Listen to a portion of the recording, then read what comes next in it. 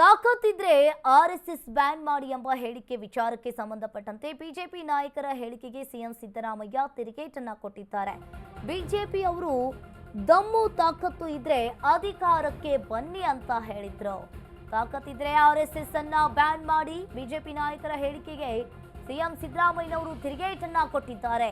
ಬಿಜೆಪಿಗರಿಗೇನಾದ್ರೂ ದಮ್ಮು ತಾಕತ್ತಿದ್ರೆ ಅಧಿಕಾರಕ್ಕೆ ಬನ್ನಿ ಅಂತ ಹೇಳಿದ್ರು. ಹಾಗಾದ್ರೆ ರಾಜ್ಯದಲ್ಲಿ ಅಧಿಕಾರಕ್ಕೆ ಬಂದ್ವಿ, ಬಿಜೆಪಿಯವರು ಏನ್ ಮಾಡಿದ್ರು?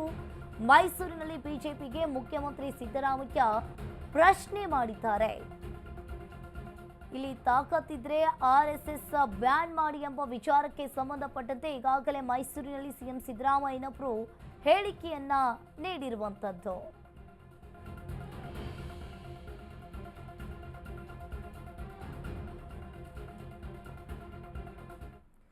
ಪ್ರಿಯಾಂಕ್ ಖರ್ಗೆ ಬಗ್ಗೆ ಮಾತನಾಡಬೇಕು ಅಂತ ಅನಿಸಲ್ಲ. ಅಪ್ಪನ ಆಶೀರ್ವಾದದಿಂದ ನೀವು ಮಂತ್ರಿಯಾಗಿದ್ದೀರಿ ಅಷ್ಟೇ. ಇನ್ನು ಇಲ್ಲಿ ಪ್ರಿಯಾಂಕ್ ಖರ್ಗೆ ಅವರ ಬಗ್ಗೆ ನನಗೇನು ಮಾತನಾಡಬೇಕು ಅಂತ ಏನೂ ಅನಿಸಿಲ್ಲ. ಅಪ್ಪನ ಆಶೀರ್ವಾದದಿಂದ ನೀವು ಮಂತ್ರಿಯಾಗಿದ್ದೀರಿ ಅಷ್ಟೇ. ಪ್ರಿಯಾಂಕ್ ವಿರುದ್ಧ ಛಲವಾದಿ ನಾರಾಯಣ ಸ್ವಾಮಿ ವಾಗ್ದಾಳಿಯನ್ನ ನಡೆಸಿದ್ದಾರೆ. ನೀವು ಬೇರೆಯವರನ್ನ ತುಳಿದು 3 ಬಾರಿ ಮಂತ್ರಿಯಾದ್ರಿ, ಆದ್ರೆ ನಿಮ್ಮ ಸ್ಥಾನವನ್ನ ಬೇರೆ ದಲಿತರಿಗೆ ಬಿಟ್ಕೊಡಿ ನೋಡೋಣ. ನಿಮ್ಮಂತೆ ಆರ್ಎಸ್ಎಸ್ ಪ್ರಚಾರದ ಕೀಳಿಕೆಗೆ ನಾವು ಬಿದ್ದಿಲ್ಲ. ಪ್ರಿಯಾಂಕ್ ಖರ್ಗೆ ಮಾತೆತ್ತಿದ್ರೆ ಸಾಕು ಅಂಬೇಡ್ಕರ್ ರಕ್ತ ಅಂತ ಹೇಳ್ತಾರೆ.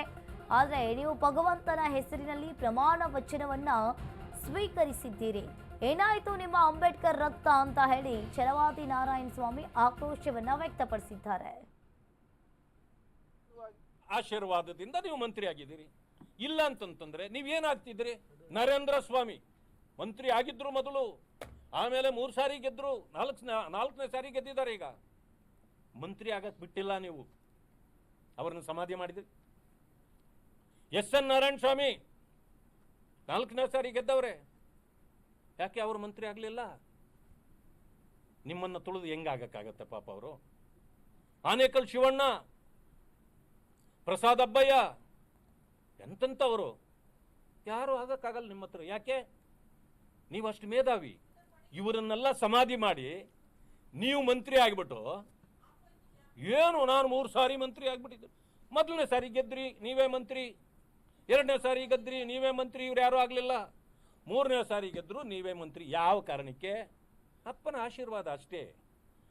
ಅಪ್ಪನ ಅಧಿಕಾರ ಇರೋವರೆಗೂ ನಿಮಗೂ ಸ್ವಲ್ಪ ಗೌರವ ಕಾಂಗ್ರೆಸ್ ಕೊಡುತ್ತೆ. ಯಾಕಂದ್ರೆ ಎದುರ್ತಾರೆ ಬೇರೆಯವರಲ್ವ. ಅದಿರ್ಲಿ, ನೀವು ಮಂತ್ರಿ ಆದ್ರಲ್ಲ,